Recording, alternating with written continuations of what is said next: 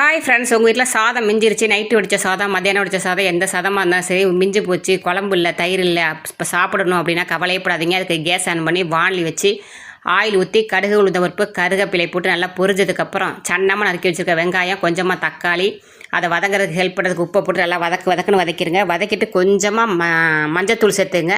கலருக்காக மட்டும் காஷ்மீரி மிளகாத்தூள் சேர்த்துக்கங்க. இவங்களை நல்லா வதக்குன்னு வதக்கிடுங்க. வதக்கிட்டு உங்களுக்கு எந்த அளவுக்கு சாதம் இருக்குது அப்படின்னு பார்த்துட்டு அந்த அளவுக்கு முட்டையை சேர்த்துங்க.